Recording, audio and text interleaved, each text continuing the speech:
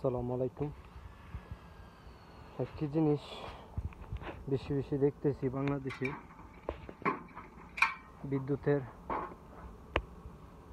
বিদ্যুতের লোডশেডিং।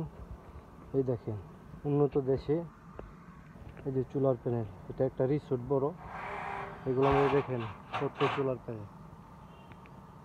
এগুলা লাগাইলে সরকারে তাদেরকে সরকার ট্যাক্স দেয়। এগুলো আপনার মেল পিটুরিতে লাগানো যায়, গার্মেন্টসে লাগাইতে পারেন, লোডশেডিং পাবেন না দিনের বেলা। এটার থেকে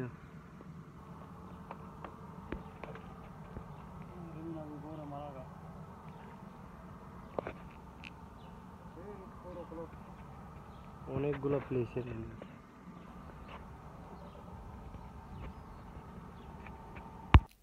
ঠিক আছে।